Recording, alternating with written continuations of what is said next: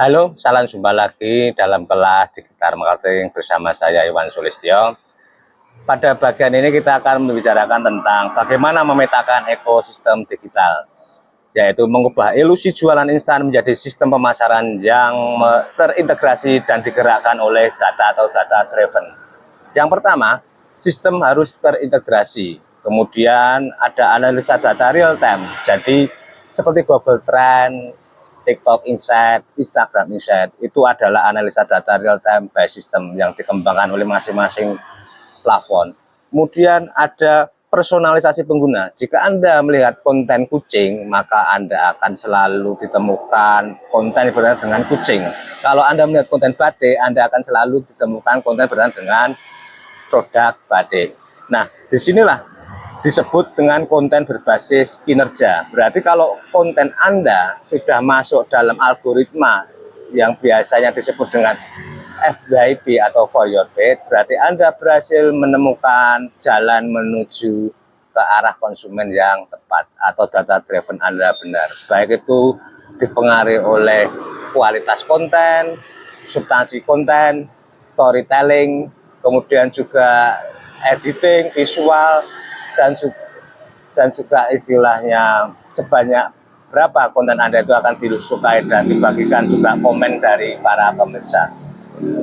Pemasaran digital adalah sistem utuh yang merespon perilaku konsumen. Kesalahan utama bukan terletak pada kualitas produk jika produk Anda belum laku, melainkan pada kehadiran strategi yang kohesif pada ruang digital. Nah, fokus utama kita adalah pendekatan masa lalu atau product oriented. Jika pada masa lalu, keunggulan produk adalah kunci untuk meroleh hard selling atau penjualan sebanyak-banyaknya. Namun, pada standar modern atau customer centric, pengalaman dan pemenuhan kebutuhan konsumen itu menjadi kunci. Kemudian pertanyaan ini, apa yang saya jual? Itu adalah pertanyaan untuk pemasaran model yang lalu atau lampau. Namun, pada standar modern ini, bagaimana konsumen menemukan dan memakai produk yang saya jual di ruang digital. Nah, dari sini kan jelas perbedaannya. Kemudian yang ketiga, basis strategi. Kalau dulu adalah asumsi internal atau misalnya kampanye dari mulut ke mulut, tapi sekarang adalah wawasan pelanggan berbasis data atau data driven consumer insight. Kemudian yang perlu saudara pahami, hentikan berpikir dalam kanal tunggal. Keberhasilan digital tidak ditentukan oleh dominasi di satu platform, melainkan oleh bagaimana Anda membangun sebuah ekosistem yang terintegrasi. Nah, ada 3 irisan atau diagram Venn berkaitan dengan tersebut, yaitu pemilik media, website, blog, email list adalah sebagai mempunyai fungsi kontrol penuh terhadap narasi brand dan pusat kredibilitas. Kemudian ada earned media, itu adalah membangun kepercayaan dan legitimasi sosial. Kemudian ada paid media, misalnya Google Ads, iklan dan sebagainya, itu meningkatkan visibilitas secara cepat dan terukur. Nah, inilah disebut dengan integrasi digital. Nah, yang perlu kita pahami bersama saat ini adalah adanya kematian perjalanan konsumen linear. Di ruang digital, konsumen tidak bergerak secara garis lurus. Perjalanan mereka bersifat iteratif, melintasi berbagai kanal, dan sangat dikendalikan oleh algoritma. Ingat ya, algoritma. Nah, ada harapan internal, yaitu awareness, consideration, conversation. Namun di dalam realitas digital itu tidak seperti garis lurus berupa milestone, tapi ada liku-liku yang cukup panjang karena ada pertempuran di dunia marketing digital.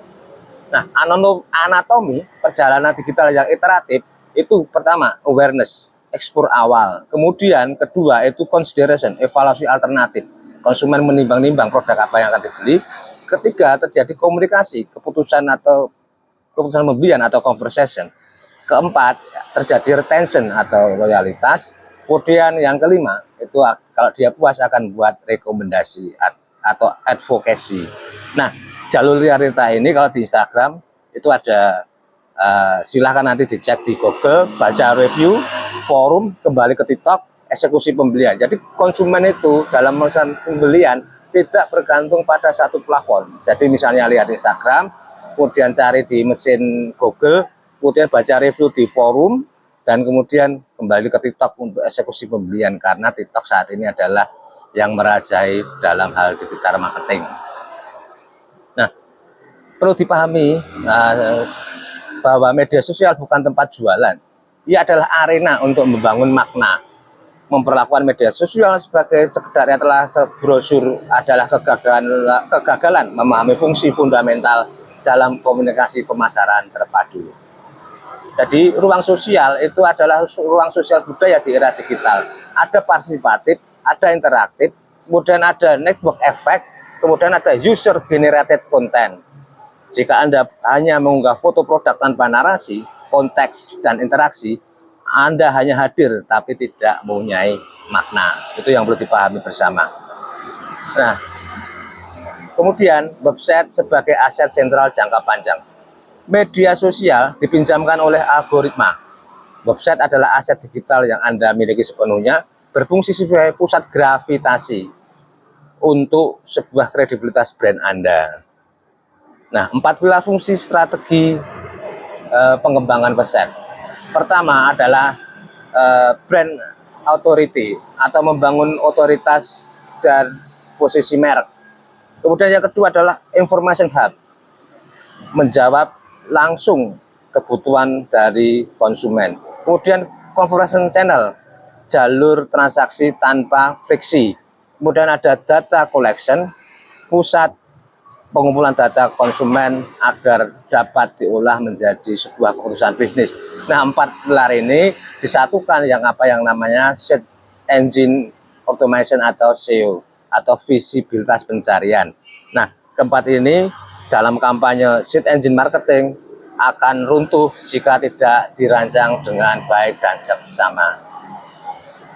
Pemasaran sebagai sistem digital.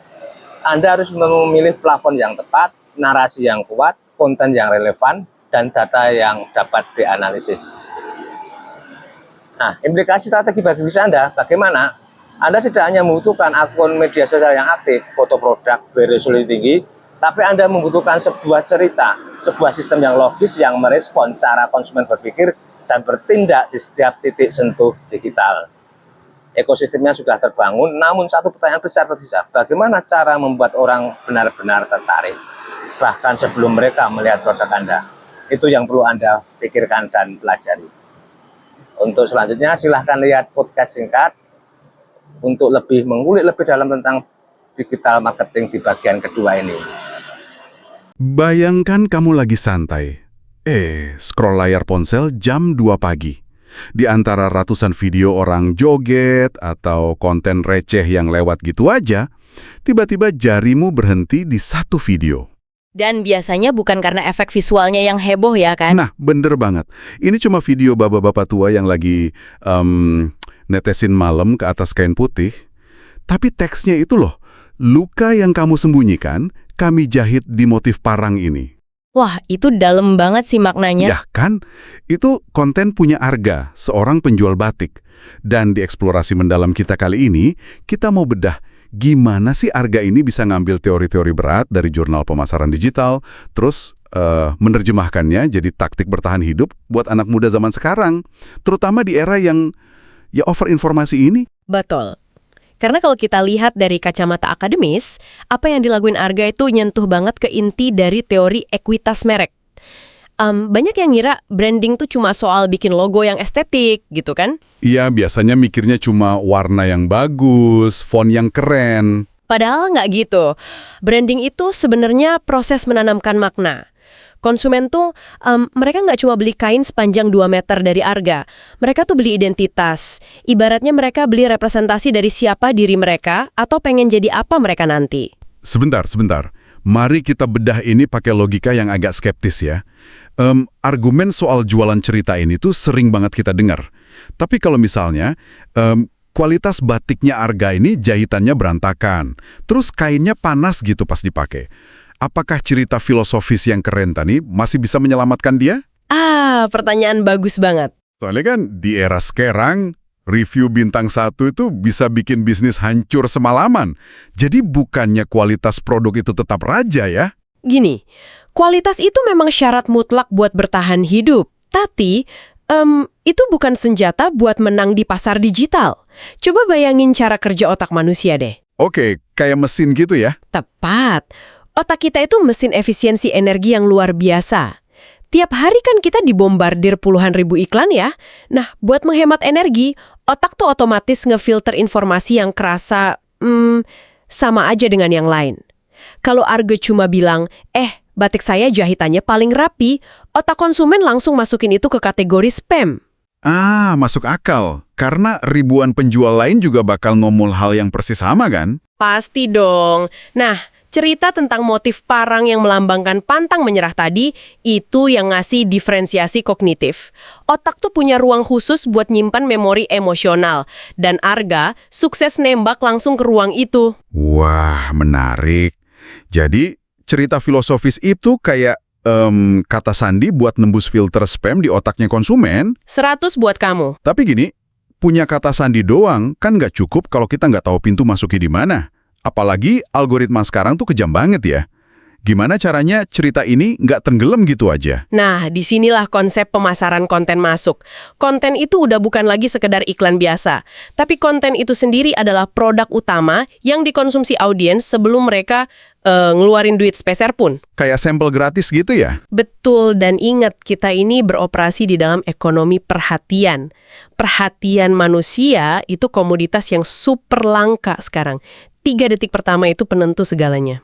Oh, karena otak langsung nge-scan ini ancaman atau hadiah gitu kan? Tepat banget. Makanya di video Arga tadi, hook awalnya langsung mukul sisi emosional audiens. Luka yang kamu sembunyikan. Bukan sekedar, halo selamat datang di toko saya. Ibaratnya tuh, ini bukan lagi lomba bikin baliho paling gede di pinggir jalan tol, tapi gimana caranya bikin pengemudi yang lagi ngebut 100 km per jam, tiba-tiba nginjak rem karena ngelihat sesuatu yang personal banget buat mereka. Analogi yang pas banget. Dan setelah mereka ngerem, format dan relevansi pesan dari Arga itulah yang nahan mereka biar nggak langsung tancap gas lagi. Oke, katakanlah mereka berhenti. Terus mereka nonton videonya sampai habis, mereka follow akunnya, dan merasa relate banget sama vibes-nya. Terus? Tapi pertanyaan kritisnya nih, likes dan followers kan nggak bisa dipakai buat bayar tagihan server atau beli bahan kain kan? Gimana caranya Arga ngubah vibes dan apresiasi emosional jadi transaksi yang beneran? Nah, ini masuk ke strategi aktivasi digital. Arga nggak ngebiarin audiensnya ngambang gitu aja setelah nonton. Dia tuh ngebangun semacam jembatan yang jelas dari ranah emosional pindah ke ranah logis. Jembatan kayak gimana tuh maksudnya? Jadi, begitu audiens udah ngerasa terhubung dengan filosofi pantang menyerah tadi, Arga ngasih instruksi aksi yang tegas. Misalnya dia nulis, jadikan motif ini pengingat perjuanganmu hari ini. Sisa 3 helai lo untuk edisi bulan ini. Oh, disuntikin elemen urgensi di kalimat akhirnya ya? Bener. Urgensi ditambah bukti sosial. Kalau kamu baca komen-komennya, banyak yang ngasih testimoni kayak, batik ini bikin saya pede banget waktu presentasi di kantor. Nah, itu kan ngasih validasi eksternal buat pembeli baru. Berarti emosi yang narik mereka buat tertarik. Tapi logika, lewat urgensi dan validasi tadi, yang bikin mereka berani nekan tombol beli ya. Persis. Dan yang lebih gilanya lagi, pembeli-pembeli ini akhirnya berubah jadi advokat brand buat Arga secara sukarela. Pemasaran digital itu pada akhirnya bukan cuma soal ngerti teknologi, tapi gimana kita bisa meretas psikologi manusia lewat perantara teknologi. Merinding sih ngeliat transformasi Arga ini. Dari cuma sekedar pedagang kain yang mungkin invisible di internet, jadi entitas yang benar-benar dicari orang.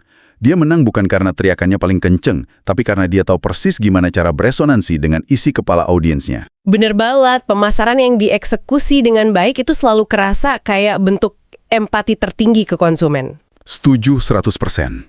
Nah, buat kamu yang lagi dengerin, coba deh renungkan satu hal ini buat dibawa pulang. Kalau di era digital ini, konsumen sebenarnya cuma ngebeli representasi diri mereka lewat produkmu, kira-kira identitas atau topeng kayak apa ya yang secara nggak sadar lagi kamu tawarkan ke mereka saat ini?